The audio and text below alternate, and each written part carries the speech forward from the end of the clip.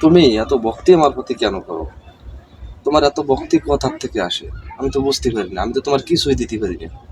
না ভালোবাসা দিতে পারি, না ভালো একখান কাপড় দিতে পারি, না তোমার জন্য ভালো কিছু খাবার আমি নিয়ে আসতে পারি। তুমি আমার সবই দিছো, তোমার জন্য আমি এত সহবিনী। তুমি আসো বলে আমি এত সহবিনী। তোমার জন্য আমি, ভগবান আমার সৃষ্টি করছে। আমার জন্য তোমার সত্যি সত্যি আমার জন্য তোমার ভগবান সৃষ্টি করছে। তোমার মতন স্ত্রী পাওয়া আসলে ভাগ্যের ব্যাপার।